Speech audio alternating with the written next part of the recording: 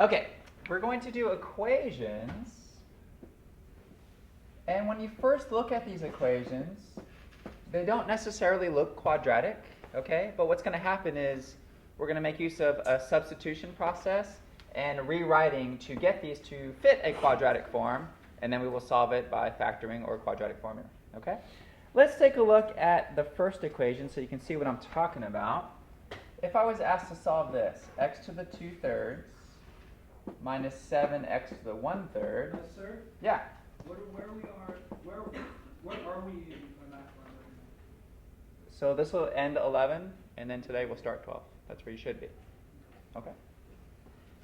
Okay, if you take a look at this equation, like I said, this does not look quadratic. But what we're going to make use of is a substitution method. Okay, and this method occurs all through math to help us to solve things. So if I take a look at this, the x to the 1/3, notice I'm going to do a substitution. Let's let u equal x to the 1/3. Okay? Now when I make that substitution, what I want you to notice is u squared. What would u squared be? What would x to the 1/3 squared be? X to the 1/3 times x to the 1/3 would be x to the right 2/3, right? And that happens to be sitting right here. Okay. So when you guys make the substitution, let u equal x to the 1/3. What you want to notice is that u squared will be x to the 2/3, which happens to be this term here. Okay. Okay.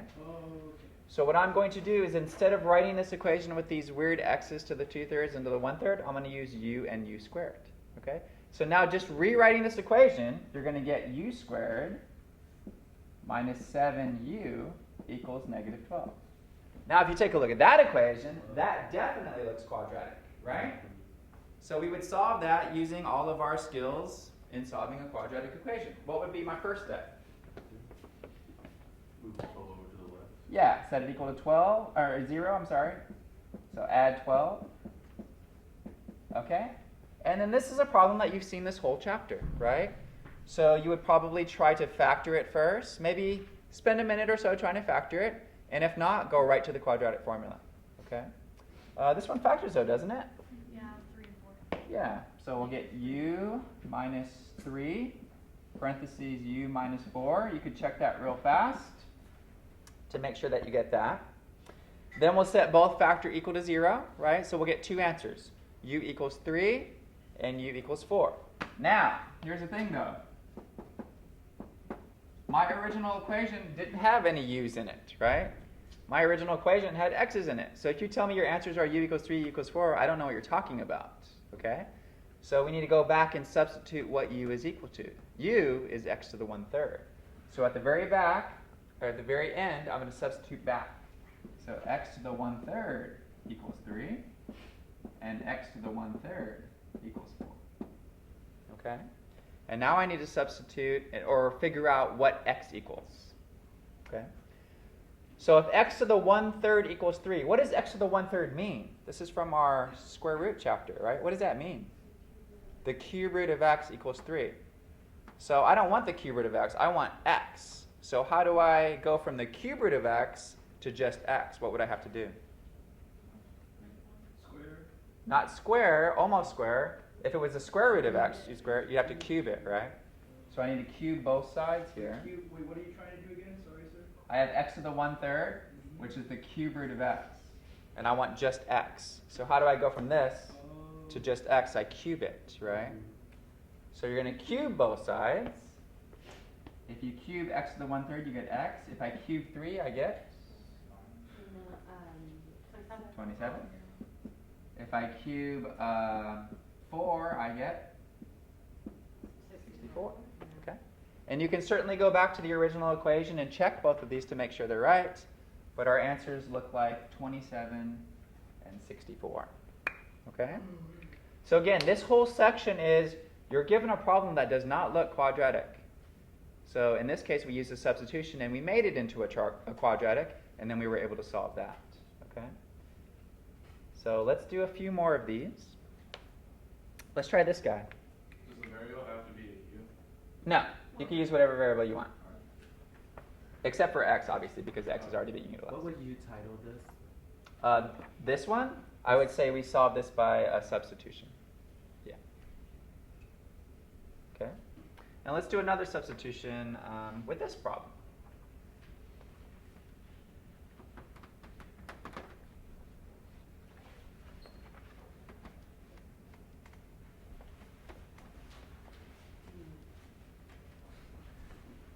All right, let's try this one. K minus 7 in parentheses squared plus 6k minus 7 plus 10 equals 0.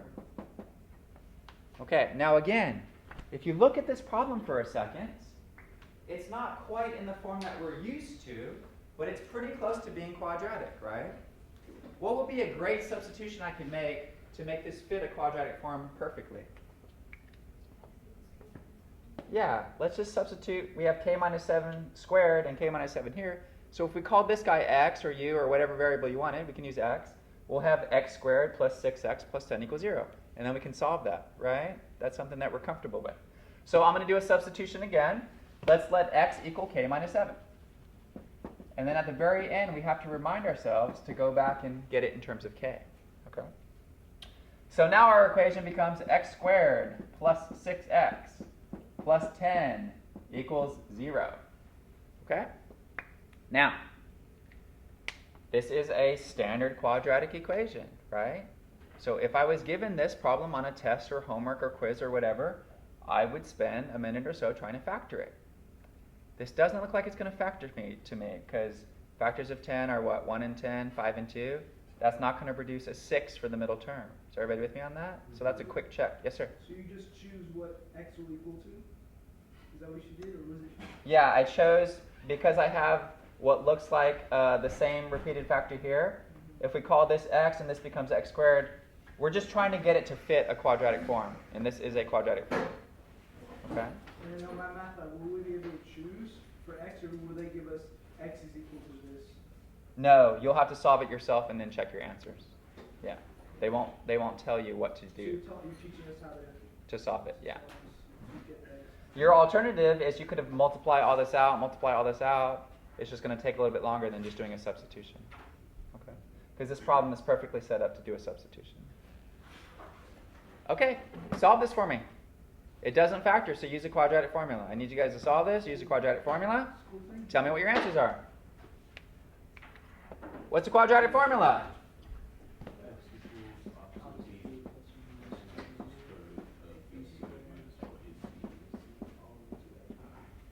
Do I expect you to memorize that formula? Yes, I do. I thought it was negative b over 2a. Nope, that's the vertex. The vertex? Yeah. Oh, Axis of symmetry. this is what we did last time, right? Yeah. Remember I sang you a song? Everyone appreciated it so much. That's all right. In other words, was it don't pitch a great job? Thanks. You're welcome. Row, row, row your boat. All right. A is 1, B is 6, C is 10. First step, replace this formula exactly and just plug in the values, okay? X equals minus 6 plus or minus 36 minus 4. A is 1, C is 10. All divided by 2 times 1. That's all you do. You literally replace the formula with the values A, B, and C. Then what's the next step I do? Where do I start? Under the square root. 36 minus 40. That's actually a really nice number. What is it? 2i. Yeah, it's negative 4 under the square root. So we'll get x equals negative 6 plus or minus negative 4 divided by 2. And as you just said, the square root of negative 4, that's one of our special guys. It's 2i, right? So negative 6 plus or minus 2i over 2. And then, remember last week, you split it up into 2 fractions, right? So negative 6 over 2 plus or minus 2i over 2. And then you split each fraction and reduce. So here we go. X equals negative 3 plus or minus I. So one answer is negative 3 plus I. One answer is negative 3 minus I. Now, is that my final answer though? No, because I did a substitution, right? So I have to go back now, and it's x equals this. What does x equal? K minus 7. So k minus 7 equals negative 3 plus I, and k minus 7 equals negative 3 minus I. And then solve both of those for k, and then I'll be done with the problem. Okay? So, k minus 7 equals negative 3 plus I, and k minus 7 equals negative 3 minus I. Solve both of those for k. Yes, sir? Is that the x equals negative 3 plus or minus I? Is that the solution after that last solution on this side? Yeah, all I did was reduce this. Negative 6 over 2 is negative 3. 2I over 2 is just I. Thank you. You're welcome. How do I get k by itself in this equation? Add 7. What would I do here? Add 7. So add 7 in each of those, and then you'll get it by itself. So if I add 7 to negative 3, I will get 4 plus I. That's one answer. If I add 7 to negative 3, I will get 4 minus I. 4 plus I, 4 minus I. So again, just like the first example, you have an equation. It's not quite quadratic the way that we've been seeing things the last week, but if you make a simple substitution, let this guy be x, that makes this guy x squared, then it looks just like this. And this is something we've been doing all week. Yes? This is not 12, this is the last part of 11. That's right. So wait, what's the last part of 11? 6 or something? Question? So you're done because you can no longer factor what k equals? Okay? Yeah, this is as far as you can you simplify as far as you can go. And then that's your final That's answer it, yeah. for k equals. 4 plus I can't do any more than that. So, but if you went and you know, without doing the substitution, if you like foiled that and then, Mhm. distributed, and you'd still end up with the same thing. Absolutely. If you decide, I'm just going to multiply all this out, distribute, get all of those terms, you're going to get the same answer. Okay. It's just going to take longer. Yes? So, yes, you can't factor it out. So it would just be 4 plus I, 4 minus I? Yep. And how many answers were we expecting? 2, right? Highest power. Okay. Let's see what else I'll throw at you in this section. We're expected to proceed for all quadratics. Yeah.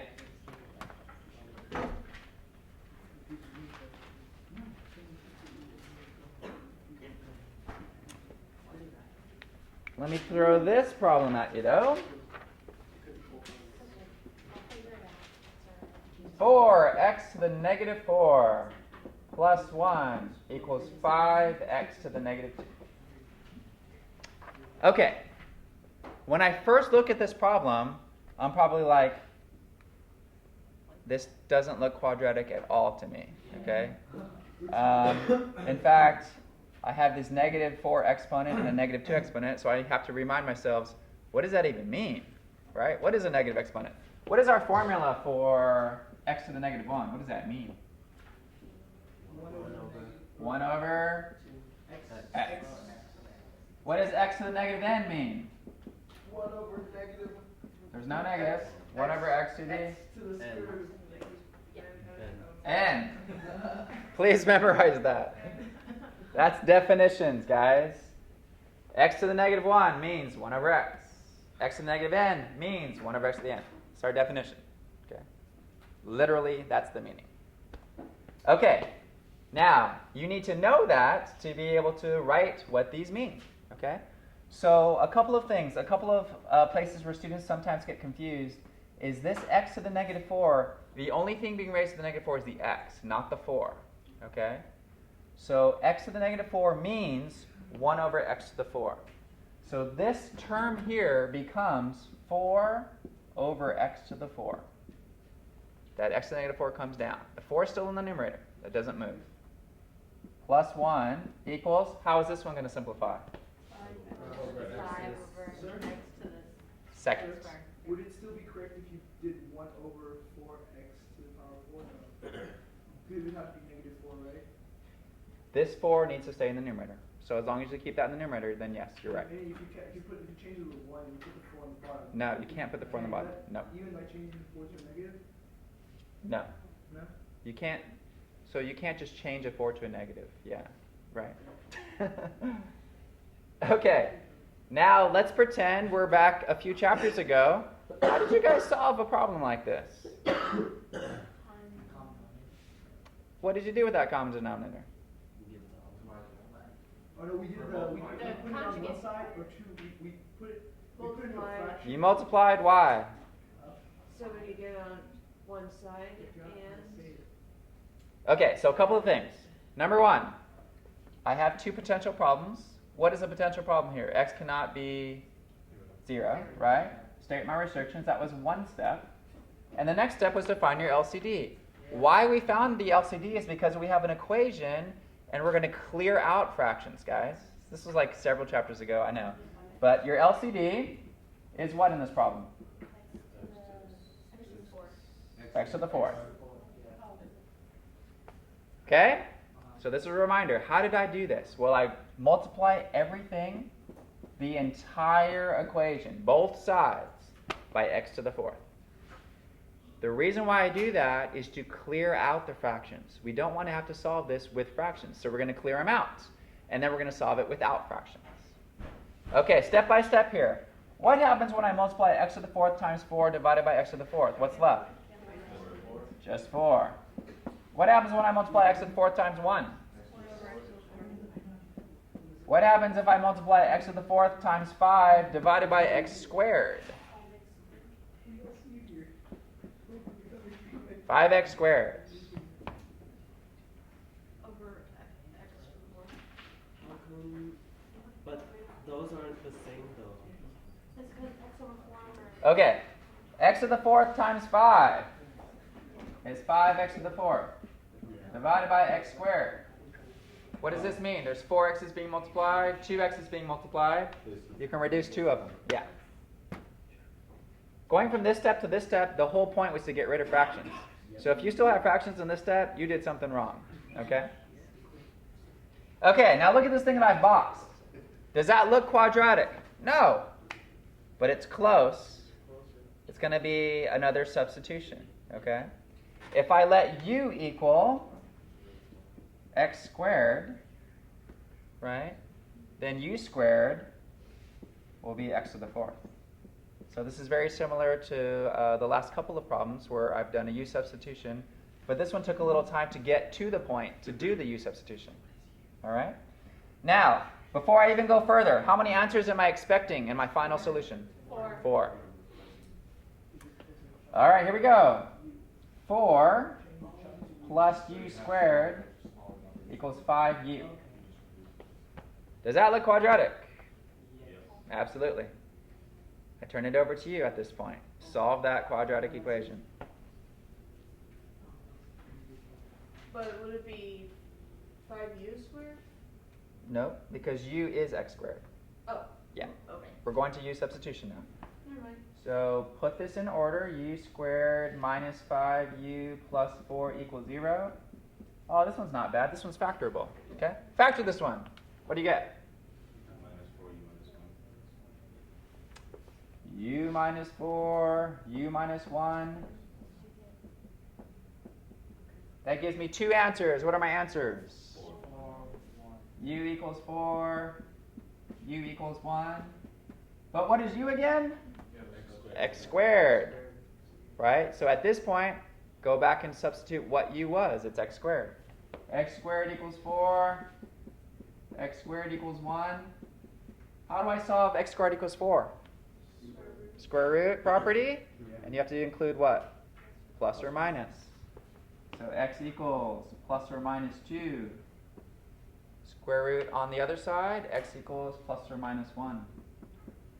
We got 4 answers. Was I expecting 4 answers? Yes, I was. Okay? Because it was a 4th power. So again, guys, this section, you have a problem like this that doesn't look quadratic.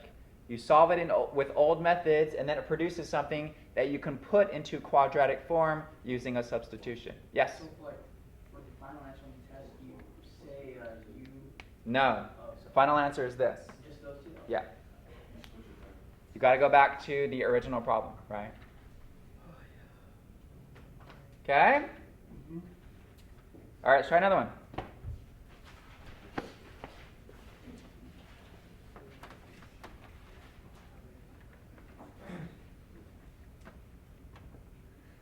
x plus 5 over x minus 3 equals 0. X plus 5. X plus 5 over x minus 3 equals 0. Okay, so again, this brings us back a couple chapters. Solving an equation with fractions. What would be my first step here? Restrictions. X cannot be. X cannot be 3. Okay, what's my least common denominator? X minus 3. What am I going to do? I'm going to multiply the entire equation. So we have x over 1, we have x plus 5 over x minus 3, and we have 0. That entire thing is going to be multiplied by x minus 3. And the only reason I'm doing that is to clear out the fractions. I want to solve this equation without fractions. Okay? So if I distribute x minus 3 times x, you just get x times x minus 3. Plus, what happens when you have x minus 3 times x plus 5 divided by x minus 3? Reduce, and it's just x plus 5. What happens when you have x minus 3 times 0? Still 0. Okay? This is almost there. If I multiply this stuff out and add like terms, we're going to get x squared minus 3x plus 5 equals 0. X squared minus 2x plus 5 equals 0. So it took a couple of steps, but look what we have here. Clearly a quadratic equation. Okay? This one, I would spend a minute trying to factor. I can already tell it's not going to factor because the factors of 5 are 1 and 5. You're not going to get a negative 2. So guys, quadratic formula. Get your answers for me. Go ahead. Quadratic formula.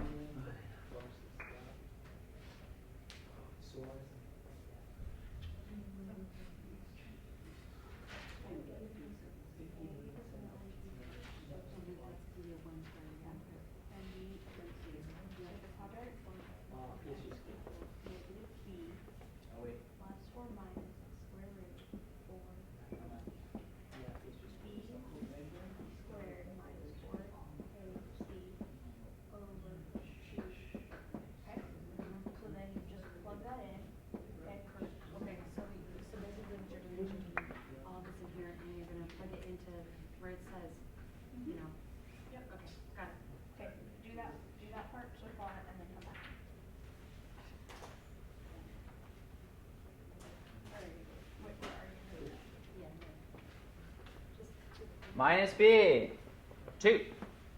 Plus or minus b squared, 4.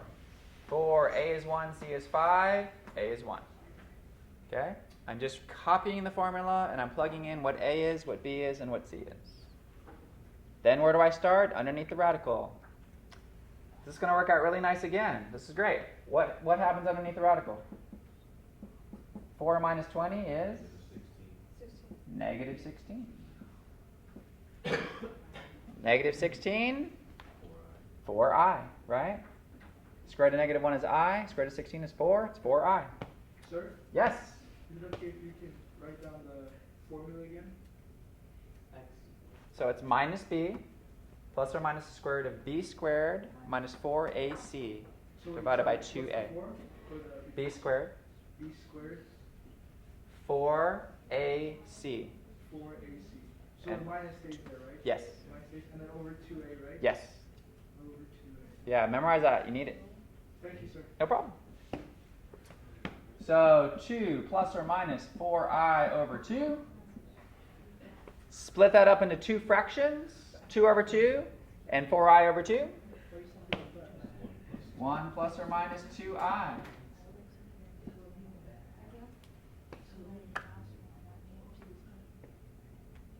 How many answers was I expecting? 2 answers. 1 plus 2i, 1 minus 2i. So there's no substitution in there.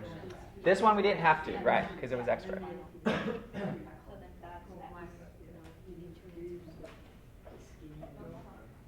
That is.